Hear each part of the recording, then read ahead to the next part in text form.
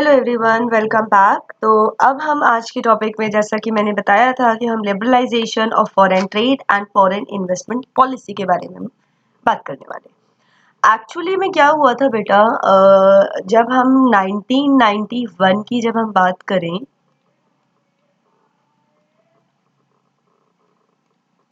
1991 में था, हमने कुछ न्यू इकोनॉमिक पॉलिसीज ऑप्ट करी थी। मैं इंडिया की बात कर रही हूँ।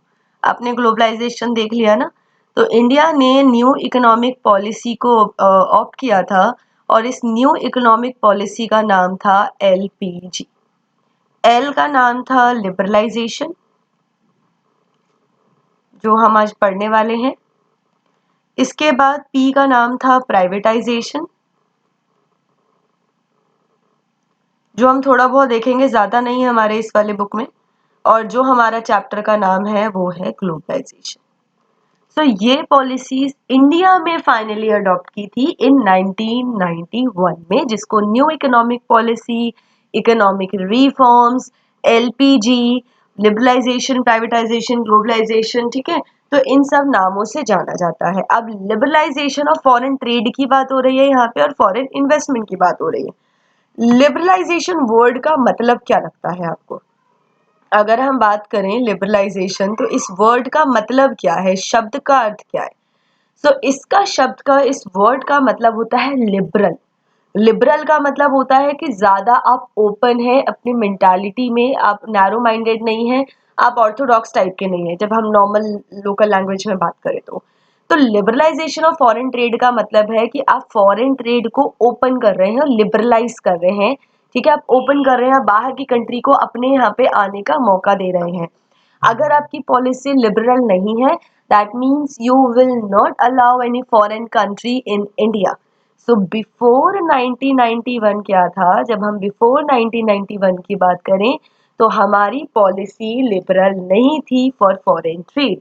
हमारे यहाँ पे फॉरेनर्स को ट्रेड करना अलाउड नहीं था आफ्टर इंडिपेंडेंस, फ्रीली नहीं था, हर चीज के लिए गवर्नमेंट से परमिशन लेनी पड़ती थी। बट 1991 तक आते आते कुछ हालात ऐसे हो गए कि हमने ये पॉलिसी ऑप्ट करनी पड़ी, और उसके बाद हमने फॉरेन ट्रेड के प्रति जो है उसके जो टुवर्ड्स हमने लिबरल पॉलिसी अपनाना शुरू करा, right? So, let us return to the example of imports of Chinese toys in India. You have done the example of Chinese toys in India. Suppose the Indian government puts a tax on import of toys. अब यहाँ पे बात हो रही है import पर tax लगाना। कुछ हम बहुत सारे न्यू वर्ड सीखेंगे, थोड़ा सा टिपिकल होने वाला है ये वाला पॉइंट। अब बात है कि tax on imports, tax on imports, जिसको हम किस नाम से जानते हैं? टैक्स ऑन इम्पोर्ट्स को, इसको हम जानते हैं, इसको हम जानते हैं टैरिफ के नाम से, इसको हम टैरिफ कहते हैं, ठीक है, taxes on imports. Now let's suppose, अगर लेट्स सपोज आपका कोई भी प्रोडक्ट है, वो टॉयज की ही एग्जांपल ले लेते हैं। एक टॉय है, ठीक है, उस टॉय का रेट जो था वो 50 रुपीज पड़ता था इंडिया को पहले, ठीक है, बिफोर टैक्सेस। नाउ गवर्नमेंट ने टैक्सेस लगा दिए, गवर्नमेंट ने इम्पोज करा a tax on import of toys. अब सरकार को टैक्स, यानी जो भी पर्सन टॉय को इंडिया में लेकर आएगा उसको सरकार को एक टैक्स भरना पड़ेगा। Now let's suppose the tax is 10%, assuming ये टैक्स 10% है, तो 50 रुपए का जो टॉय पड़ता था, अब उसमें 10% एक्स्ट्रा जो है वो अब गवर्नमेंट को देना पड़ रहा है। 10% ऑफ 50 कितना रुपीज हो गया? 5। तो अब हमारे टॉय का रेट जो है, कॉस्ट जो है, वो बढ़कर कितना हो गया? 55 रुपीज हो गया। तो क्या इससे बाहर से आने वाले टॉयज का रेट इंक्रीज होगा? यस और नो? यस, ठीक है। इससे बाहर से आने वाले टॉय महंगे हो जाएंगे, और इम्पोर्ट्स पे क्या असर पड़ेगा? इम्पोर्ट्स कम होने शुरू हो जाएंगे, इम्पोर्ट्स डिक्रीज होगा। क्यों? बिकॉज अब ये क्या हो गया है? एक्सपेंसिव हो गया है। क्या आपको इतना समझ आया?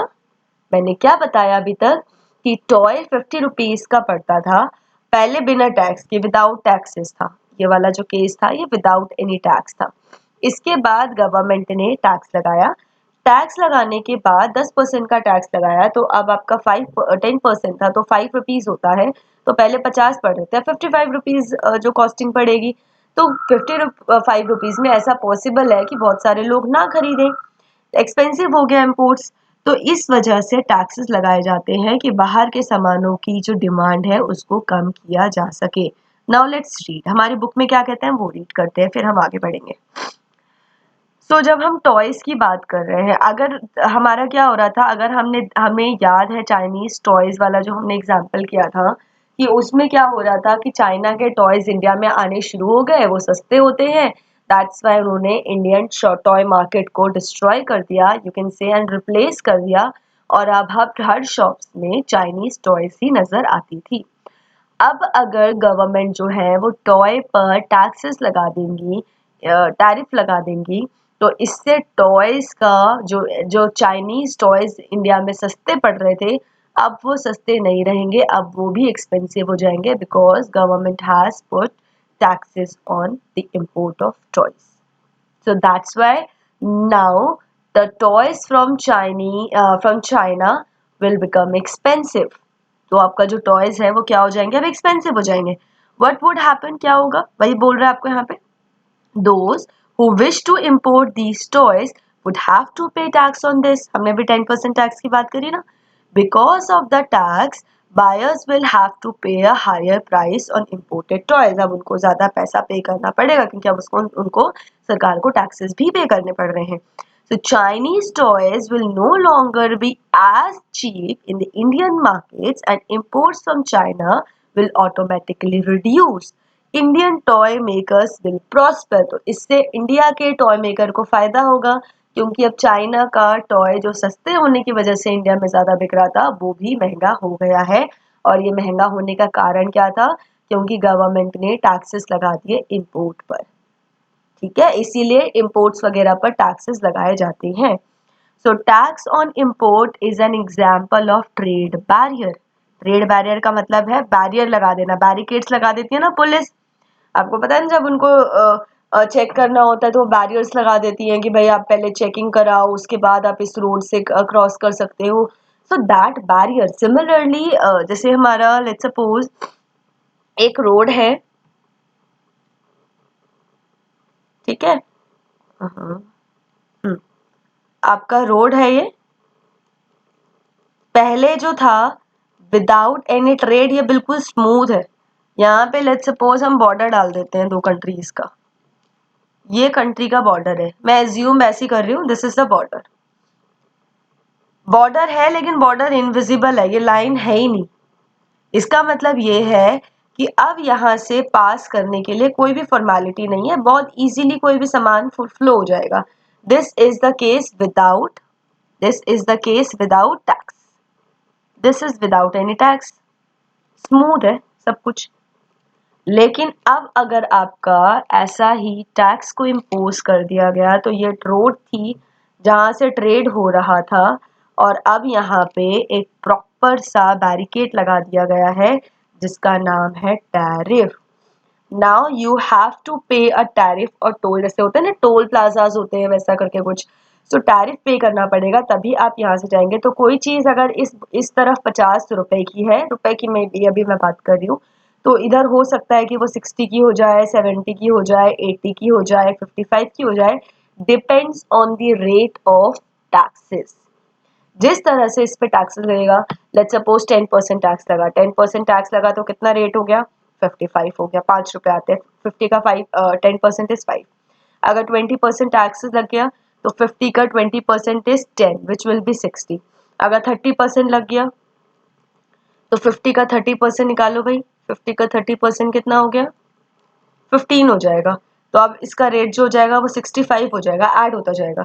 तो इस तरह से जिस हिसाब से टैक्सेस होते जाएंगे उस तरफ से बॉर्डर पार करते ही इसका रेट बढ़ जाएगा, यानी अब ये एक बैरियर क्रिएट कर रहा है यहाँ से यहाँ कोई भी गुड्स और सर्विसेज को लाने में। And this is how a tariff works. And if अगर ऐसा केस है तो यहाँ पे पहले इधर रहने वाले लोगों में और इधर रहने वाले लोगों में कोई भी भेदभाव नहीं किया जाता था, लेकिन अब टैक्सेस लगाने के बाद हमारे इस देश के जो लोग हैं यानी इंडिया में, अगर हमें इंडियन कंपनीज को प्रोटेक्ट करना है, करना था जैसे कि टॉयज कंपनीज को, तो गवर्नमेंट ने टैक्सेस लगा दिए। अब इससे इंडिया के जो टॉय मार्केट को जो भी नुकसान पहुंच रहा था वो थोड़ा कम हो जाएगा, बिकॉज गवर्नमेंट के इस मूव से उनको एक सपोर्ट मिल गया। लेकिन अगर ये टैक्सेस लगाए जाते हैं तो हम इसको एक ट्रेड बैरियर के नाम से जानते हैं। So it is called a barrier because some restrictions has been set up. Governments can use trade barriers to increase or decrease और रेगुलेट फॉरेन ट्रेड, या तो बढ़ा सकती हैं या तो कम कर सकती हैं। अगर उनको फॉरेन ट्रेड को कम करना है, बाहर के सामानों को कम मंगवाना है तो टैक्सेस बढ़ा देंगी, अगर कम करना है तो टैक्सेस कम कर देंगी। डिसाइड किस तरह के गुड्स पे टैक्सेस लगाने हैं। अगर मान लो कि टॉयज पे टैक्सेस लगा दिए और लेट्स सपोज कि वीट हम इंपोर्ट कर रहे हैं उस पे नहीं लगाए बिकॉज वो एसेंशियल है, तो इस तरह से गवर्नमेंट डिसाइड कर सकती है कि भाई किन पे टैक्सेस लगाने हैं, किन को कंट्रोल करना है, किन को कंट्रोल नहीं करना। ठीक है। So the Indian government after independence had put barriers to foreign trade and foreign investment.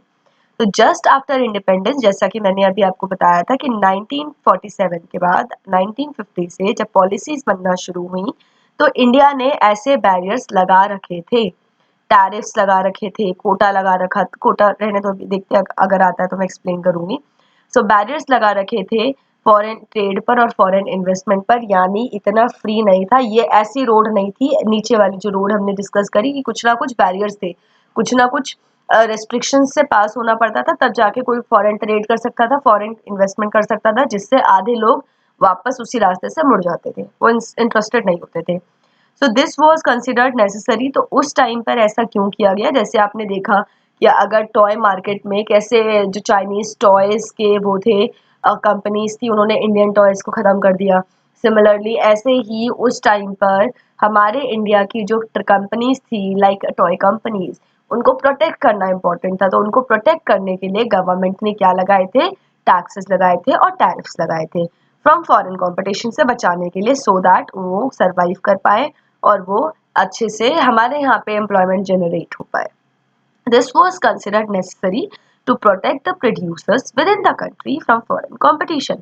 Industries were just coming up because अब आप खुद देखो, हम आज़ाद हुए थे, हम इंडिपेंडेंट हुए थे, तो जस्ट आफ्टर इंडिपेंडेंस क्या था, अगर मान लो कि कोई कंपनी, लेट्स सपोज कोई कंपनी शुरू हो रही है, आपने कोई कंपनी शुरू कर दी, जस्ट अगर हम बोले कि एक कंपनी है, कार की कंपनी, बिल्कुल शुरुआत हो रही है, जस्ट एक नया इंडिया है, जस्ट इंडिपेंडेंस हुआ है, गुलामी से निकला है, और वो एक कंपनी शुरू होना चाहती है जो कार प्रोड्यूस करना चाहती है। अब उसको डायरेक्टली हम BMW के सामने ले जाकर रख दे कि भाई इससे कंपटीशन करो, BMW और या जो भी अच्छी कारें हैं, मुझे ज्यादा उसका नहीं है, तो क्या वो टिक पाएगी उनके सामने? आप खुद बताइए, वो नहीं टिक पाएंगी। जैसे आप अगर आप बोलो कि एक बच्चा है जो है अभी स्कूल में आना शुरू ही हुआ है और आप उसको डायरेक्टली 5th 6th के बच्चे से कंपटीशन करवा रहे हो, वो कंपटीशन कर पाएगा? बिल्कुल नहीं कर पाएगा, क्योंकि अभी उसे आइडिया नहीं है, अभी वो इन्फेंट है ना, अभी तो उसने सीखा भी नहीं है कुछ भी।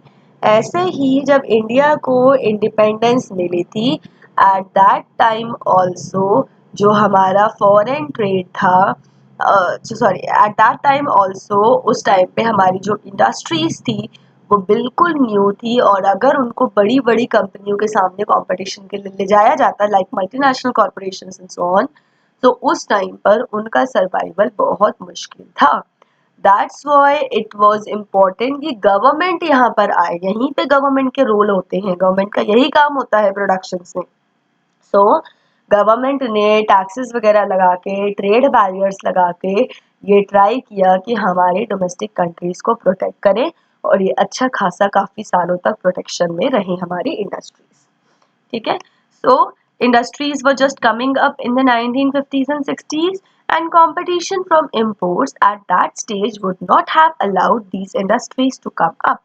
Thus, India allowed imports of only essential items. तो इंडिया obviously essential items की तो हमें ज़रूरत होगी, तो फालतू के सामानों की ज़रूरत हमारा import करना फ्री नहीं था। बाकी कुछ essential चीज़ें जैसे मशीनें हैं, फर्टिलाइजर हैं, पेट्रोलियम है, ये सब हम import कर रहे थे। Not that all developed countries during the early stages of development have given protection to domestic producers through a variety of means. तो ऐसा नहीं है कि हमारी इंडिया ही प्रोटेक्शन दे रही थी, काफी डेवलप्ड कंट्रीज भी प्रोटेक्शन देती थी अपने डोमेस्टिक प्रोड्यूसर्स को, और आज भी कई बार देती है। स्टार्टिंग अराउंड 1991, जैसा कि मैंने आपको पहले ही बताया था कि 1991 में हमने न्यू इकोनॉमिक पॉलिसी अडॉप्ट करी। उसके पहले सारे लिबरलाइज नहीं था हमारा ट्रेड, हमारे ट्रेड वगैरह पे बैरियर्स लगे हुए थे, बहुत सारे प्रोटेक्शन लगी हुई थी। बट 1991 में कुछ चेंजेस आए, ठीक है। द गवर्नमेंट डिसाइडेड दैट अब कितने साल हो गए भाई, 1950 से 1990, ऑलमोस्ट 40 साल प्रोटेक्शन दे दी। अब कितना बढ़ने के लिए प्रोटेक्शन देंगे, 40 साल 40 इयर्स तो लगभग प्रोटेक्शन मिल गई ना, अब कितना, राइट। तो अब बारी थी, अब पता प्रॉब्लम क्या होती है, अब प्रॉब्लम ये होने लगी कि जिनको कंपटीशन वगैरह जो बाहर की कंट्री से compete नहीं कर पा रही थी, अब अगर आप लोगों का कंपटीशन ना कराया जाए तो क्या आप अपने अंदर ग्रोथ कर पाओगे, हेल्दी कंपटीशन की मैं बात कर रही हूँ। सो कंपटीशन की भावना से क्या होता है कि आप ग्रोथ करते हैं, जैसे कि आज के टाइम पे आप देखोगे तो हर कंपनी एक नई से नई चीज बनाने पे तुली हुई है, कोई नया मॉडल लेकर आ जाती है, इलेक्ट्रॉनिक्स वगैरह आइटम्स आप इतने देखते हैं। ये सब किसकी वजह से पॉसिबल है, कंपटीशन की वजह से ही तो पॉसिबल है। आज के टाइम पे when you talk about a mobile phone, it's very easy and affordable. But अगर आप बात करोगे कुछ साल पहले की तो इतना पॉसिबल नहीं था। तो ये सारी चीजें किसकी वजह से पॉसिबल हुई, प्राइवेट सेक्टर ने एंटर किया, प्राइवेट कंपनीज ने प्रोडक्शन करना स्टार्ट किया, उन्होंने कंपटीशन करना स्टार्ट किया, अब एक दूसरे से लड़ाई की होड़ में वो अच्छे से अच्छे टेक्नोलॉजी इन्वेंट करते गए और काम करते गए। So, starting around 1991, some far-reaching changes in policy were made in India. The government decided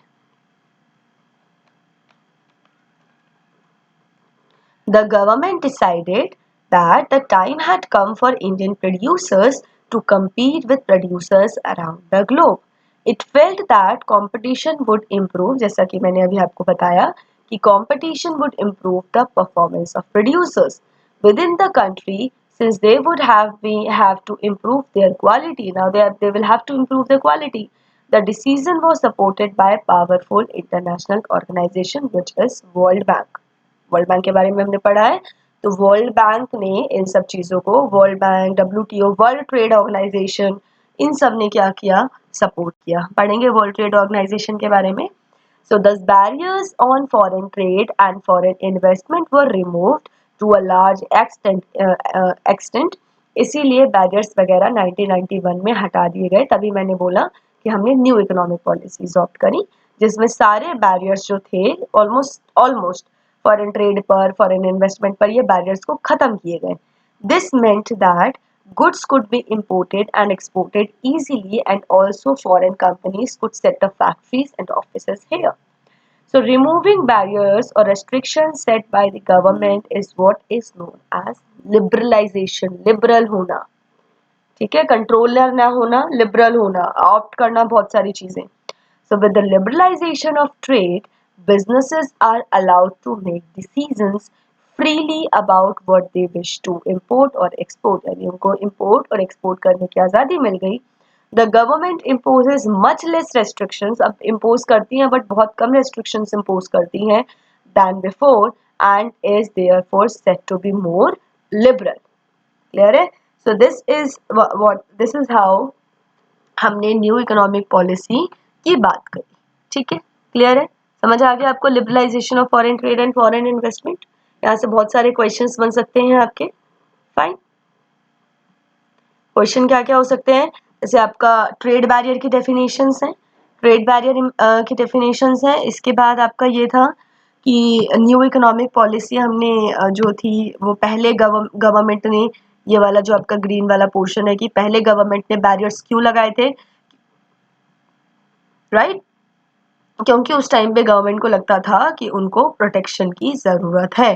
फिर उन्होंने कहा कि नई इकोनॉमिक पॉलिसी हमने क्यों अपनाई, बिकॉज गवर्नमेंट को अब लगा कि कंपटीशन कराने की बारी आ गई है, इनफ रिजर्वेशन और इनफ प्रोटेक्शन मिल गया है, ठीक है। So what about the definition of liberalization? That is removing of barriers or restrictions set up by government is what known as liberalization. ठीक है, क्लियर है सभी को? आई गेस समझ आ गया होगा बहुत अच्छे से वाला topic. Thank you so much for watching the video.